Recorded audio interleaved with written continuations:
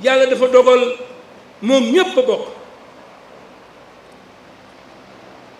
suñuy kilifa yi am nañu teew kon ci seen tur ak seen ndigal mbokk yi ñaanal leen yàlla rek la ñu dese, ñaanal kii fi jógee rek la ñu dese, amatuñ lu dul ñaan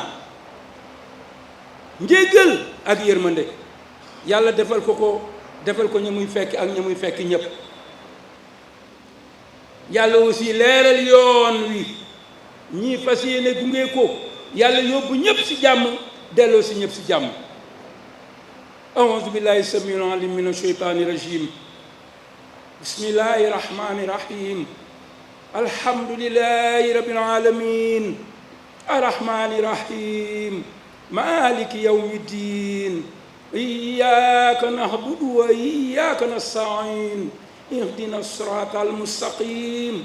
siraatal laziina an'amta alayhim gayril maghduubi alayhim wala daalliin. amiin. allahumma laa ilaaha illa antal mannaanu badii'us samaawaati wal ardi zul jalaali wal ikraam. allahumma innaa nas'aluka bi anna nashhadu annaka anta allah.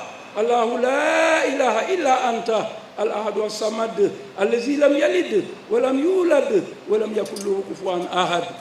allahumma ighfir li Muhammadu Mustafa Ba. allahumma ighfir lahu warhamhu wa aafihi wa'fu anhu wa akrim nuzulahu wa wasi' mudkhalahu waghsilhu bil maa'i wal thalji wal baradi wa naqqihi min az-zunubi wal khataaya kama yunqqa ath-thawbu abyadu min ad-danasi. allahumma abdilhu daaran khayran min daarihi wa ahlan khayran min ahlihi wa zawjan khayran min zawjihi wa adkhilhu al-jannata wa qihim azab an-nar wa fitnata al-qabri. allahumma ighfir li hayyina wa mayyitina wa shahidina wa ghaibina wa saghirina wa kabirina wa dhakarina wa unthana. allahumma man ahyaytahu minna fa ahyihi ala al-islam wa man tawaffaytahu minna fa tawaffahu ala al-iman. allahumma la tahrimna ajrahum wa la taftina ba'dahu. allahumma ighfir lil mawta al-muslimin. allahumma ighfir lahum warhamhum wa aafihim wa'fu anhum wa akrim nuzulahum wa wasi' mudkhalahum waghsilhum bil maa'i wal thalji wal baradi wa naqqihim min az-zunubi wal khataaya kama yunqqa ath-thawbu abyadu min ad-danasi. allahumma ij'alhum daaran khayran min daarihim wa ahlan khayran min ahlihim wa zawjan khayran min zawjihim wa adkhilhum al-jannata wa qihim azaban nar. allahumma inna nas'aluka fi safarina hadha al-birra wa taqwa wa min al-hamali ma tarda. allahumma habib alayna safarina hadha wa atbi'na ba'dahu. allahumma anta as-sa'ibu fi safari wal khalifatu fil ardi. allahumma inna nas'aluka al-huda والتقى والعفاف والغنى. اللهم يسر لنا امورنا مهارات لقلوبنا وابداننا والسلامه والعافيه في ديننا ودنيانا. وكن لنا صائبا في سفرنا وكن لنا صائبا في سفرنا وكن لنا صائبا في سفرنا وخليفه في ارضنا واطمس على وجوه دائنا. اللهم أحسن عاقبتنا في الأمور كلها وأجرنا من خزي الدنيا وعذاب الآخرة يا أرحم الراحمين. اللهم صل على سيدنا محمد وعلى آل محمد كما صليت على إبراهيم وعلى آل إبراهيم وبارك على محمد وعلى آل محمد كما باركت على إبراهيم وعلى آل إبراهيم في العالمين إنك حميد مجيد. اللهم صل على سيدنا محمد الفاتح لما أغلق والخاتم لما سبق ناصر الحق بالحق والهادي إلى صراطك المستقيم وعلى آله حق قدره بقدر عظيم. سبحان ربك رب العزة عما يصفون والسلام على المرسلين والحمد لله رب العالمين. jërë ngeen jëf yal na yàlla fay leen yal na yàlla bindal ñëpp tiyaabo. Ils ont rendu hommage à travers les réseaux sociaux et je vais en prendre quelques-uns. L'ancien colonel Aziz Ndao de la promotion 1968 disait de l'honorable ancien qu'il était compétent, engagé, doué, libre, noble, généreux, rigoureux et surtout disponible pour le savoir pour mieux servir. Cette devise du Prytanée militaire qui l'a conduit à s'ériger à homme à tout faire au ministère des Finances. Son camarade de promotion, le général du corps d'armée Mbaye Cissé, actuel chef d'état-major des forces armées, disait de son promotionnaire qu'il était humble, taquin à l'humour toujours contagieux, le distributeur automatique de gaieté avec son infatigable sourire, son rire frais et gratuit. Il n'avait de temps que pour les autres, le travail bien fait et les chiffres qu'il ciselait à merveille au point de les transmuter en une symphonie toujours captivante, nourrie par son talent oratoire et sa technicité hors commun. Celui-là même qui l'a surnommé l'Almami des chiffres, l'Almami des finances.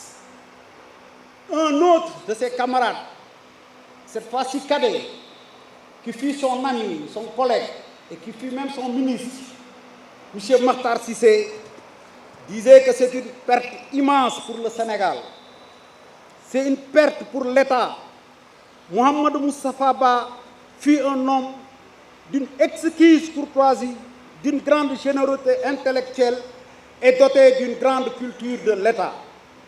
Il y a bien d'autres hommages, d'illustres AET, comme le ministre Mbaye Thiam, Mamadou Thierno Talla, son camarade de promotion Karim Gaye, ses cadets Samba Laobé Fall, Mamoudou Wane, pour ne citer que cela. Mamadou Moustapha était un homme multidimensionnel, apprécié et respecté pour son humilité, sa courtoisie, son commerce facile, sa générosité, mais surtout pour son expertise inégalée dans son domaine. Beaucoup ont dit de lui qu'il était un orfèvre des finances. Bosquier, honorable ancien Bosquier, c'est aussi ce travailleur infatigable, acharné, rigoureux. Moustapha est un homme qui ne laissait pas indifférent. Il forçait l'admiration et le respect.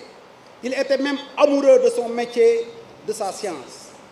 Il suffit pour s'en convaincre de se remémorer les joutes avec les députés de l'Assemblée nationale, où il faisait preuve d'une pédagogie si rare pour convaincre son auditoire qui n'avait d'autre choix que de lui faire enfin un standing ovation. L'homme n'était pas qu'un expert des finances. Il était bon, profondément bon pour ses semblables, pour les inconnus. Généreux et altruiste, il savait partager. Il ne s'embarrassait point de soulager les peines, de panser les plaies et de redonner le sourire. Les anciens enfants de troupe dont je porte la voix ici ne sont guère mécontents de l'ancien Bosquier. Bien au contraire, ils se vantent même qu'il ait été un d'eux, qu'il soit l'un d'eux, ne serait-ce pour rappeler ce fameux slogan si cher aux enfants de troupe. Enfants de troupe un jour, enfants de troupe pour toujours. Honorables anciens, les athées vous seront éternellement reconnaissants.